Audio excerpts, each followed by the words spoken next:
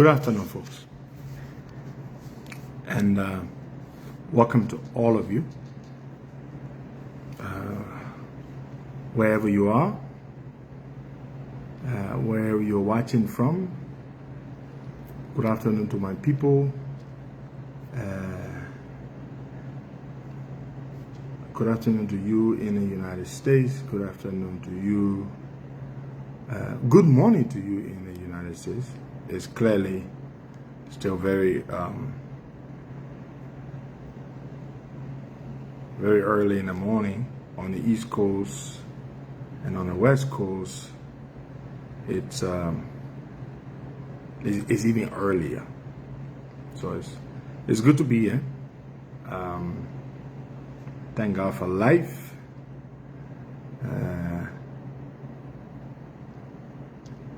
So I had said I was going to be doing a podcast today to talk about a number of things. Just sit down right there, George. I'm on live. Sit down right there. Don't talk. Your phone shouldn't ring. So, as I said, I was going to be doing a podcast today. I want to talk about a number of things.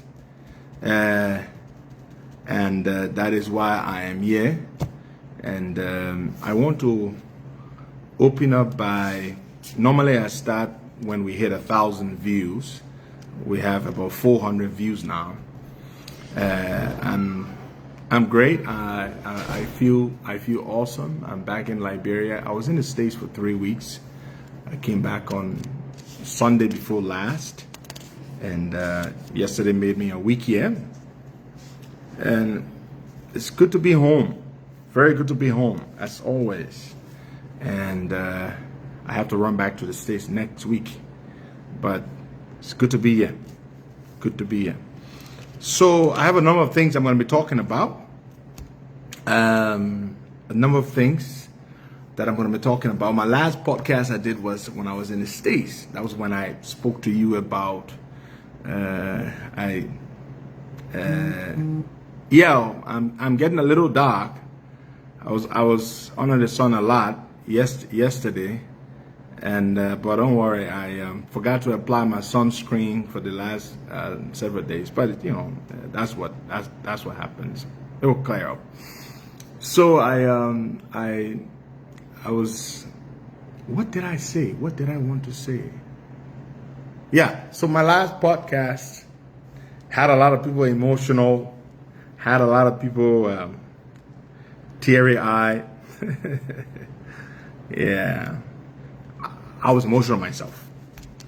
As you all can imagine, I was emotional myself. And but it was a subject that I needed to address. And I want to thank all of you for the way you reacted, for the way you responded to my very genuine apologies for my actions, for my decisions, and I thank you. There were those who were mean, as usual. They're just bitter people. They're just always going to be bitter. But I thank all of you who were very magnanimous, very gracious, and who embraced me. I am really grateful for all of that. So we now have about 800 people. When we clock 1,000, then we'll begin to speak. But I want to say this to, as you all know, we are a beautiful society. We have two main religions in this country. We have, and at this time, our Islamic brothers and sisters are observing a very important event in the on the Islamic calendar. And that is the holy month of Ramadan. And for the holy month of Ramadan, as you all are aware, this is when they abstain from a number of things for a certain period of time. Food and drink from morning till evening, and then they have the iftar, which is daybreak. And so I want to say to all our Muslim brothers and sisters in Liberia and around the world, as you hold and observe the holy month of Ramadan, I want to wish you all Ramadan Mubarak, Ramadan Kareem, and may Allah Almighty accept your fasting, your prayers, and in return, may He grant you His divine blessings. And that is what I wish for all of you. Senator Darius DeLong, how are you doing, my dear brother? Very good. We need to catch up. Since I got back, we haven't caught up. I hope I can see you before I have to fly back to the States next week. So we're almost at 1,000. We're almost at 1,000 people. I have a lot of important things to talk about today.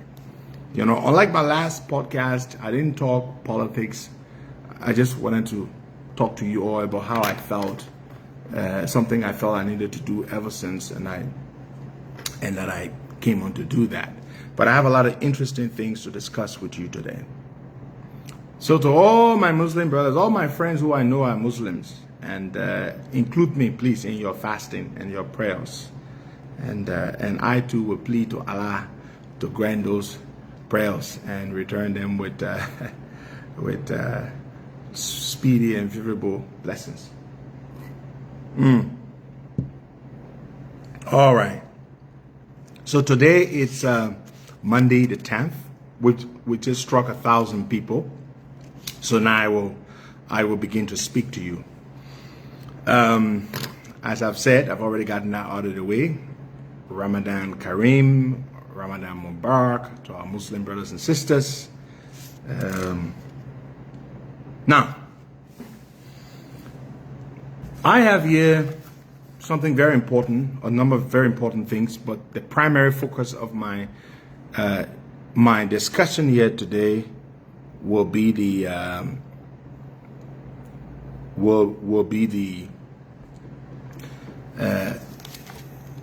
pending ArcelorMittal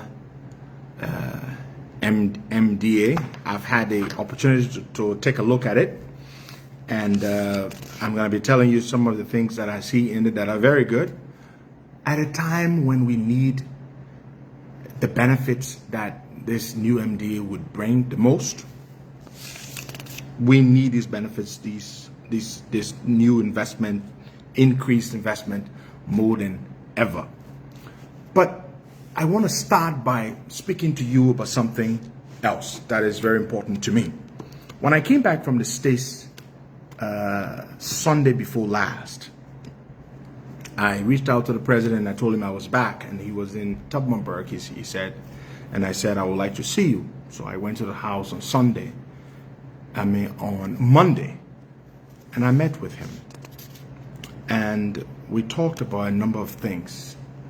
I gave him an update on my mining operations in Bapulu, and then we talked some governance issues. And then I thanked the president for his remarks that he made during the last cabinet meeting, which I believe was it was last week. So, and I thank him for acknowledging that a lot needs to be done.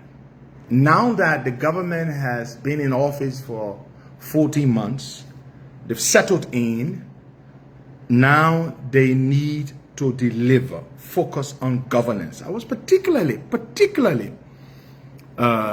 pleased when he made that comment, that remark, that governance, delivering on the promises to create jobs, to create economic opportunities. He said that, and in our meeting on Monday, he reiterated that, he re-echoed that. Young people, lots of young people are without jobs and no prospects to have jobs, and that, he said, is his focus now. You know, and then we talk about the governance issues. We talked about, then I said, Mr. President, I was also not very happy that you have to be reminding, and I'm not saying I wasn't happy with him, the president. I'm not happy with the people, with the justice minister. I was clear with the president that you have to be reminding him that the government has to look into audit reports from the last administration. The rescue mission premised its efforts to take the presidency. They promised and they premised their struggle on holding people to account. Do you know that this president has held more people to account in his administration than people from the previous administration? It is the fact. Joseph Boakai has suspended several senior government officials and has had several senior government officials resign. He has done that. So if you're the president, you're holding people who work in your administration at your will and pleasure. You're having them resign. You're having them suspended. And then the people from the previous administration, only a handful of people are in court. We have tons and tons of audit reports. And to see the president reminding the justice minister, Mr. Justice Minister, you've got all those audit reports. The LSCC, you've got all those audit reports. I told the president, I said, it is not fair to you. It is not fair to the country that you have to be reminding the Justice Minister. In fact, the president said, Mr. Justice Minister, if you want help, if you want assistance, let us know. Amen.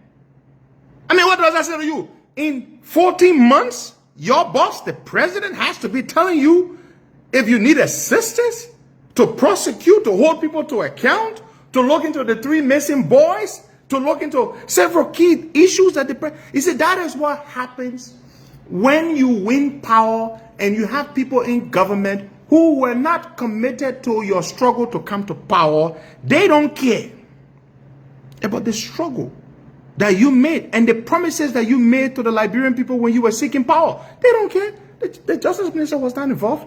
And I have absolutely nothing against the Justice Minister, but I'm very frustrated in the Justice Minister. I can say this. The president can't say it, but I can say this. And I told the president that you have to be reminding him. Where are we with audit reports? Have you read some of the audit reports?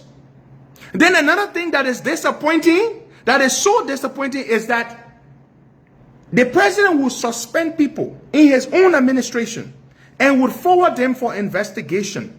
It takes forever before those people who are responsible to investigate those people and hold them accountable where necessary, prosecute them. They don't come back to the public to say anything. This is not fair to the president, and this is not fair to the country. It is not fair. Take, for example, the LRRC, the people who are responsible to repatriate Liberians who were in exile, who were in refuge in Ghana and other countries.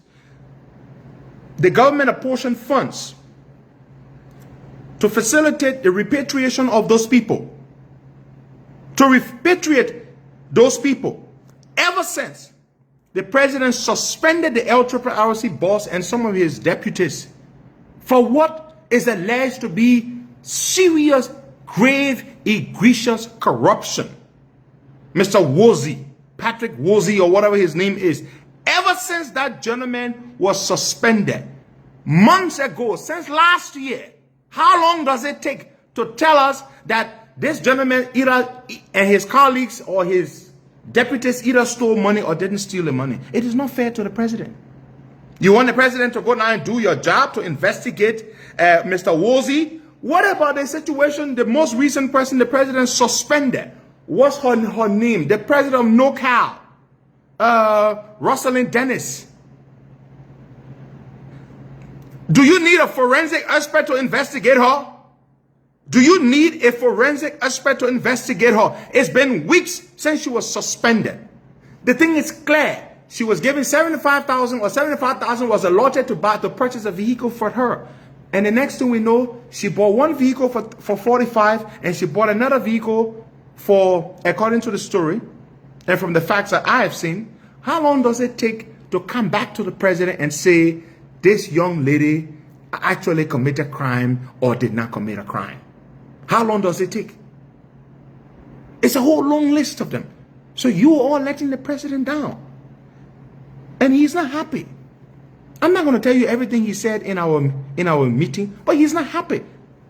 You take forever to investigate people?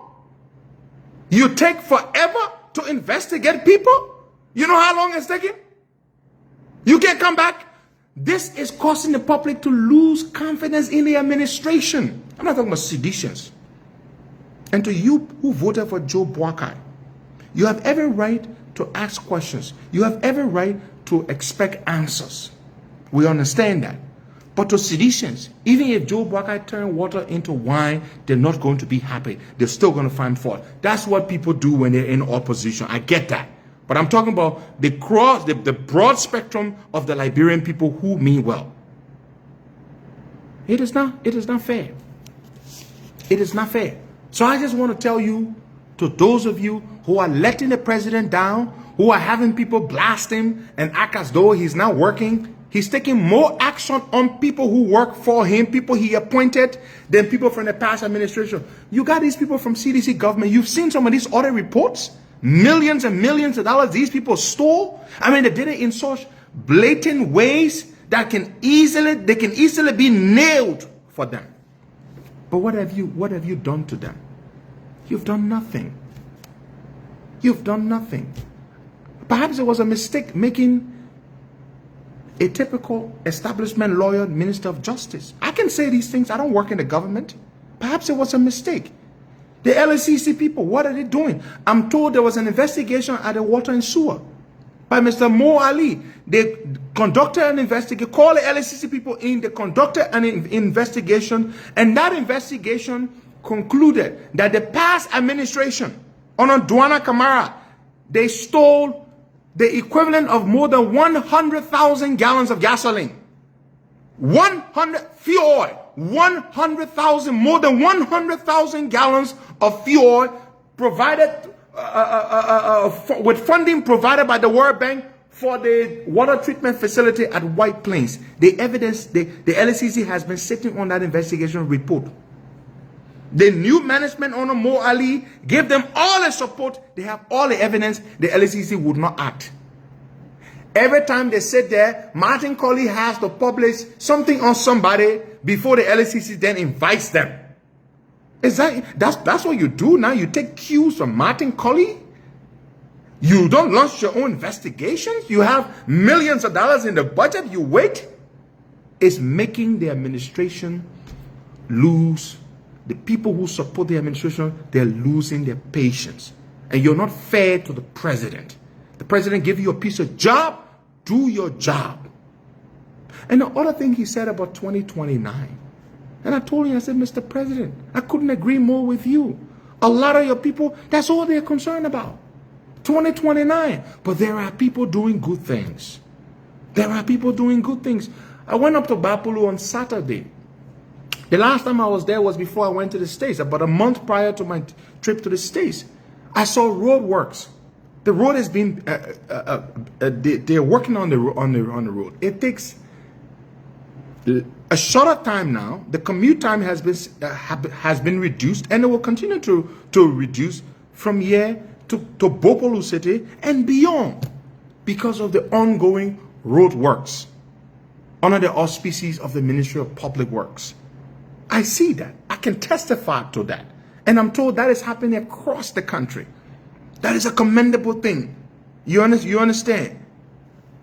The Ministry of Mines and Energy, the level of efficiency and professionalism there, they're currently looking at revisiting the mining laws to make it impossible for foreigners to participate or to reserve and protect certain mining claims or licenses exclusively for Liberians, like Class B, which is now open to foreigners. It's been exploited mostly by Chinese.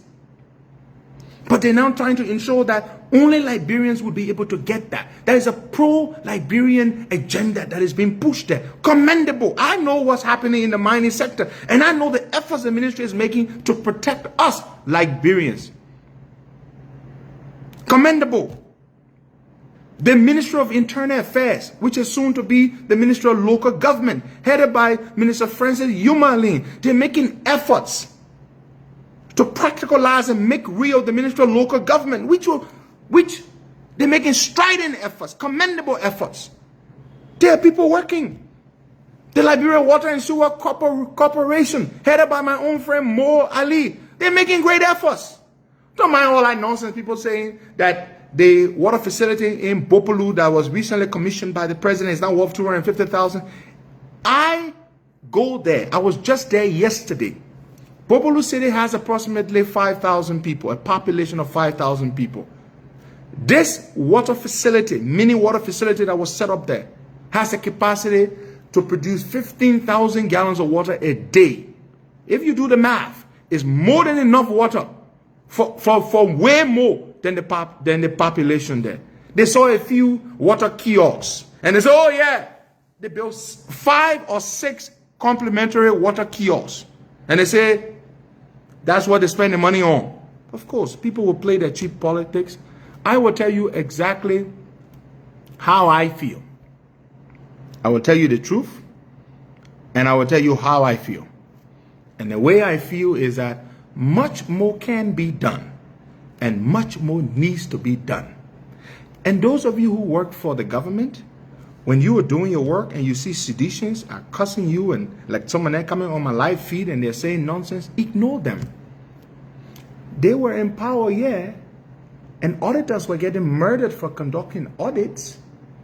They were in power, yeah, and we were getting chased out and beaten because we exercise our constitutional right. I haven't seen any of those things happening. So they have no moral rectitude to say anything to you, but you must stand up and do what's right. Don't be distracted by their negative. They just want their people back in power so they can continue to do exactly that. And I blame the government. If you were slamming a lot of these people in jail, you wouldn't have this. I think you all need a different justice minister, Mr. President.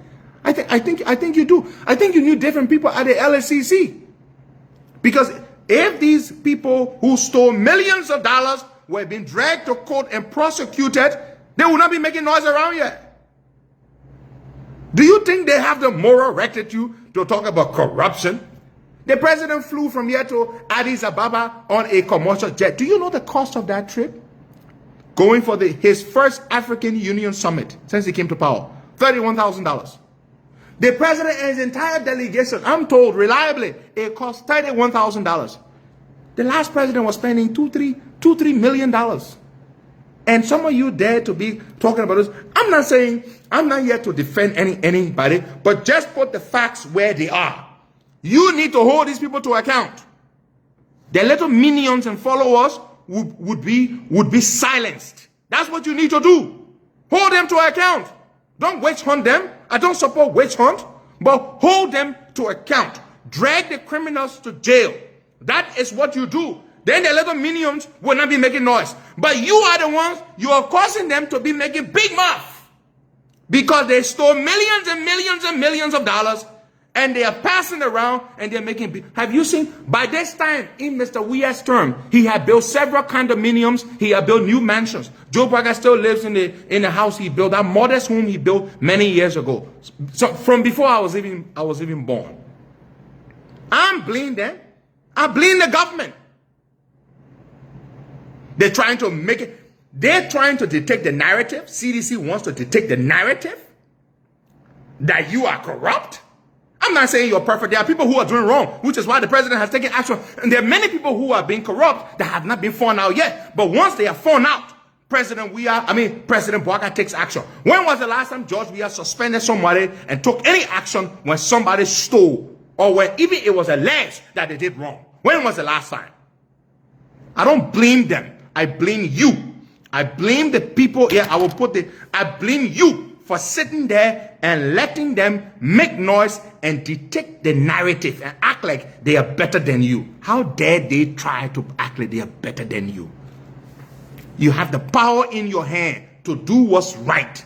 Those of you the president has appointed, the Minister of Justice, those of you who were retained at LSCC, do your job, prosecute them. Go after them where it is necessary. You are sitting there and you're letting them try to create a narrative that you are corrupt and they were sins. Seriously? Seriously?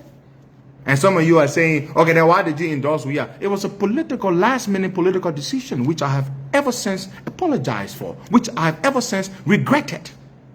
But that does not mean to say horrible, terrible things did not happen. So you, and I've told my friends in government, you're making strident efforts here.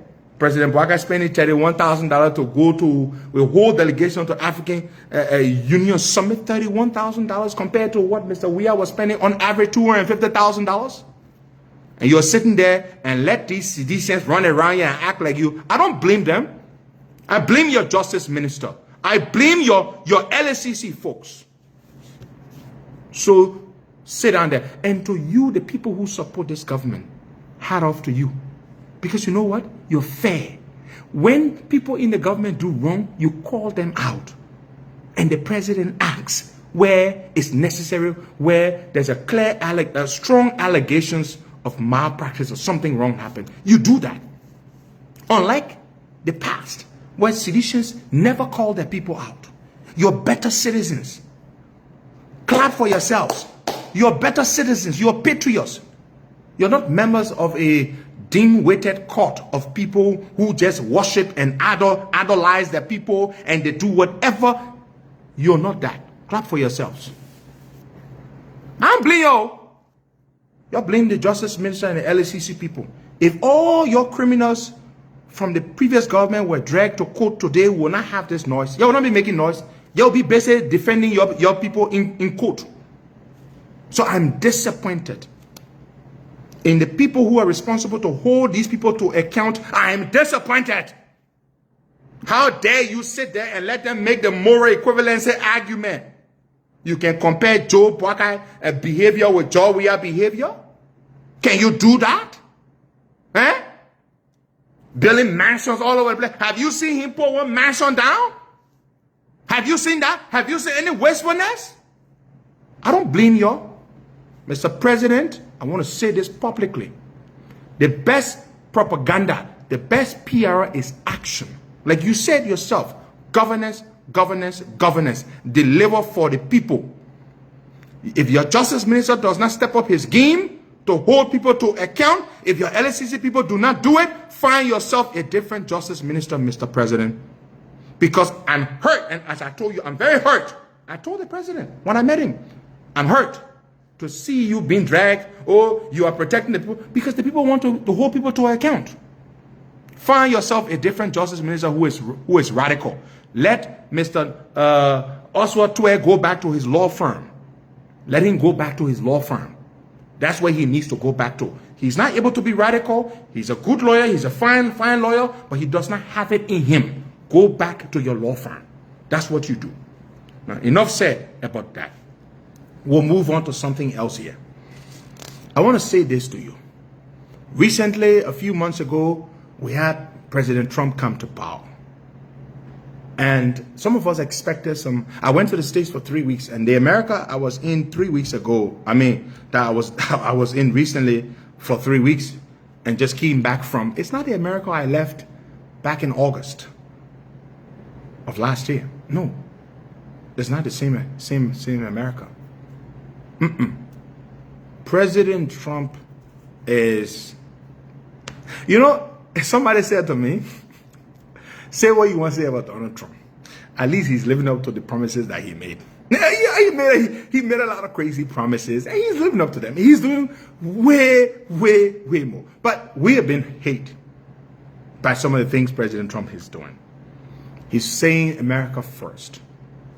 And look, we have a situation here where USAID, which for the last, several decades or has been pouring hundreds of millions of dollars into this country, at least well over $150 million a year in very critical sectors: health, education, agriculture, governance support.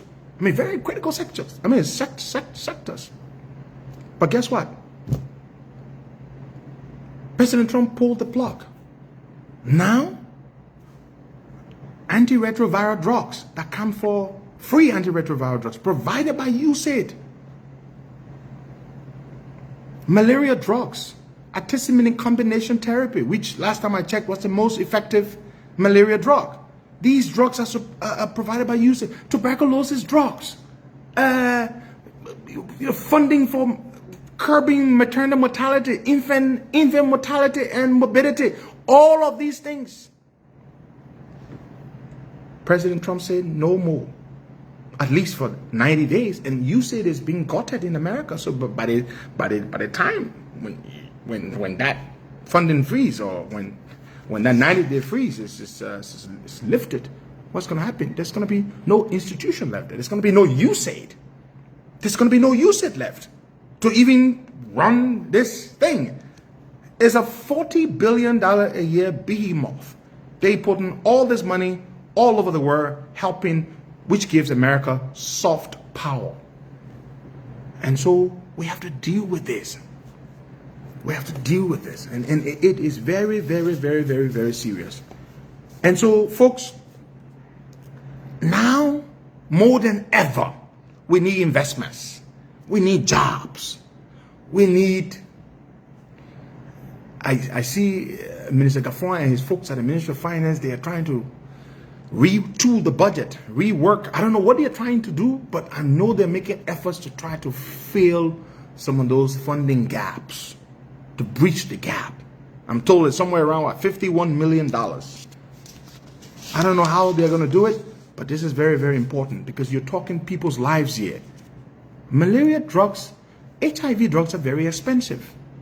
These drugs are very expensive. We get these drugs for free. We get support to these hospitals and clinics across the country thanks to USAID.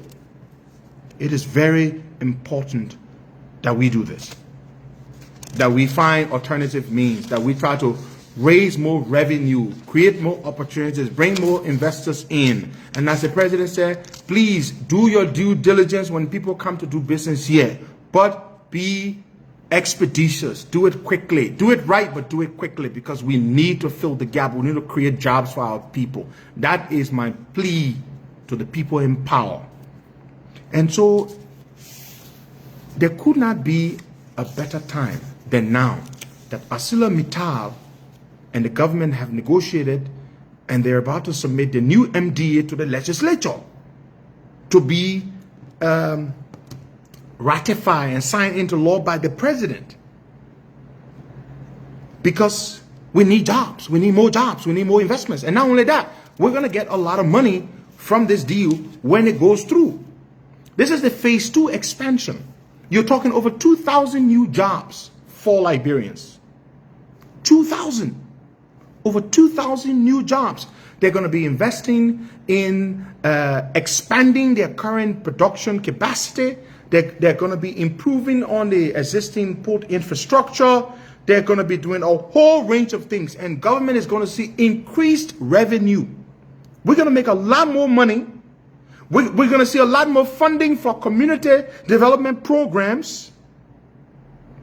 We are going to see a lot more internship programs and opportunities for Liberian college students who can go and work for ArcelorMittal on an internship basis, and then some thousands of people on a permanent basis.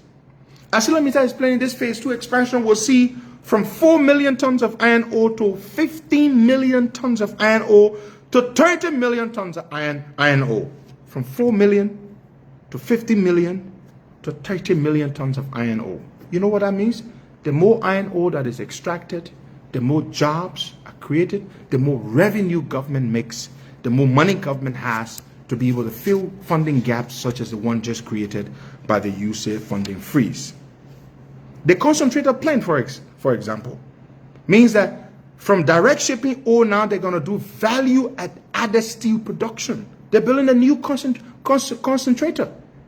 This infrastructure, this facility will be able to optimize the grade of the ore. They're adding value now. This is the first time that this is going to be done. I just saw it and I thought I should discuss it with you. They're going to be expanding the Buchanan port. From the current loading capacity is about what? From 6,000 to 8,000 with a new fixed ship loader. The Buchanan port. They're upgrading the rail service from Yekepa to Buchanan and back, transporting ore and passengers. Now, I don't think they currently do that. But do you know what it means when people can get on the train from Buchanan and go to Yekepa, and from Yekepa to Buchanan? I hope we can have that all over the country.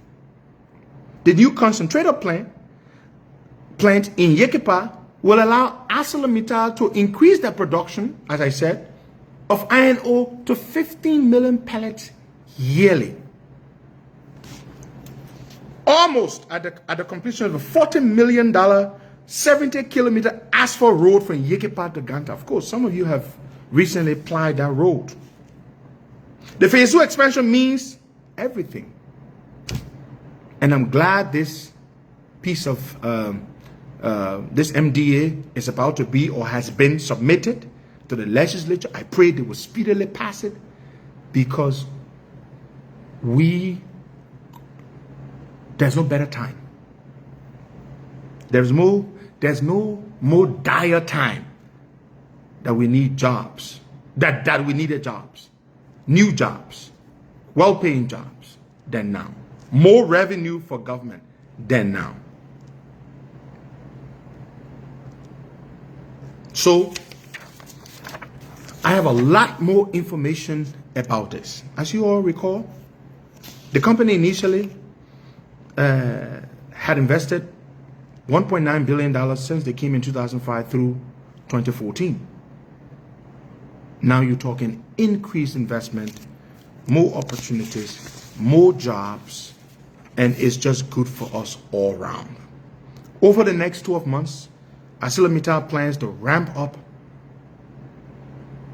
from 5 metric tons per year of direct shipping ore to shipping levels of 20 million metric tons of high-grade concentrate. It's not just regular ore. They're increasing the grade of the ore to bring more money for them, and in return for the government in revenue as well. Now, the government's, ArcelorMittal's direct and indirect contribution to government revenues will be in the range of at least $3 billion over the next 25 years with forecasted prices. This could increase to $4 billion if current iron ore prices of $100 per ton continue. This is all good. So to our lawmakers, while this message is for the people to know what's happening at ArcelorMittal, it's also good for it's particularly for the legislature. When this agreement comes to you, please, anybody who is not happy for this, they don't want a job. They already have a job. They don't care about increased revenue for government. I'm very excited about this. We couldn't be more desperate for investments. We couldn't be more desperate for jobs. Everywhere you go, you see people desperately looking for jobs. I just started this mining operation, and every other day I have friends and people who know people calling me whether I have a job. We just don't have the capacity to take on a lot of people now. But I feel bad every time I have to tell someone that I don't have it. I don't have a job. So I welcome this. I thank the executive branch for concluding this new MDA in a reasonably fair period of time, and that when it goes to the legislature, we will talk more about this subsequently. We will keep you posted as this MDA is submitted to the legislature. You're talking $50,000 in scholarships to students at public colleges and to senior high schools in Nimba, Bong, and Bassa counties. You're talking renovation of the Zolowi Public School in Nimba County, repair of the G.W. Harley Hospital in Sanequali, donation of books, pencils, crayons, and other school materials to communities around the mines and railroad. You're talking $15,000 as logistical support to help Nimba, Grand Bassa, Bong prepare for the county meet. These are just some of the things that they've been doing. And I think much more can be done. Yeah, I see. Somebody said they're desperately in need of jobs. Too many people desperately need jobs. This information is for those of you who desperately need jobs. That 2,000 new jobs are going to open up at ArcelorMittal. 2,000 new Liberians, 2,000 new families are going to have the opportunity to get jobs when this MDA is submitted to the legislature and it is ratified. So you should be calling your legislators, your lawmakers, and encouraging them so that when this thing comes before them, you're not just talking jobs, you're talking more money for government. You're talking that. And so enough of that for today. But I want to re-echo this before I leave. Fellow Liberians, those of you who made President Boakai president, you have every right to demand the promises or delivery on the promises that were made to you. And President Boakai agrees with you. And he understands that. Every right. But I'm going to urge you to remain engaged. Continue to support the administration, but at the same time, continue to demand that the people whom President Boakai appointed deliver on the mandates, the fiduciary mandates that their positions carry. A lot of them are letting the president down. Why should President Boakai be holding more people to account for abuse of office than the people from the past administration? Like, I punish my children in a house more than your children? How is that fair? And ignore seditions. Seditions are not patriots. They only love we are. That's what they do. Don't worship Joe Boakai. And Joe Boakai does not need your worship. He doesn't need your worship. He does not care for it. Support him when he does right. But, and I know it pains you to see them making big move around here after destroying the country, after stealing and acting like they are sins. But if you were lining them up and putting them in prison and prosecuting them for stealing, they will not be making noise. And they are convinced that they're coming back to power. Seditions are convinced that Unity Party, and the worst thing that Unity Party could do is perform badly to give CDC the opportunity to come back to power. That is the worst thing you could do, the worst disservice you could do. Don't do that. Do not do that. Perform better than they did and hold them to account for what they did. That is what you do. That is my advice to you. And of course, who cares about what they say, right? Keep holding your government to account. Keep pushing for them to deliver. But ignore seditions. They don't care about Liberia. They only love we are. They only worship him. He took $2 million to go to Qatar to watch his son play football. And Joe Boakai takes $31,000 to go to the African Union Summit on a commercial jet, and yet they complain. Make that make sense. Imagine that. So ignore them, do right by the people, and deliver. Demand your government to deliver. Don't do moral equivalency like them. And I like that you do that. You don't say, oh, because your people did it, so we're doing it. No, you don't hear people who support the government say that. Raise the bar. And I like that. Raise the bar. Do better than them. And in a very many number of ways, this government is doing better than them. You have no reason to bow your head. When your president you voted for years that John Brown did something wrong, what does he do? He takes action. He suspends people. When Mr. Weah used to hear it, he did nothing. Ignore them. They do not care for the country. They only love George Weah. To hell with them. Put their leaders in jail for stealing, and they will all shut their mouth. That is strategy right there. Those who are not putting their leaders in jail for stealing that the president must be reminding, remove them from the government. That is what you do. Put their leaders in jail for stealing. Thank you very much. God bless you. Bye-bye.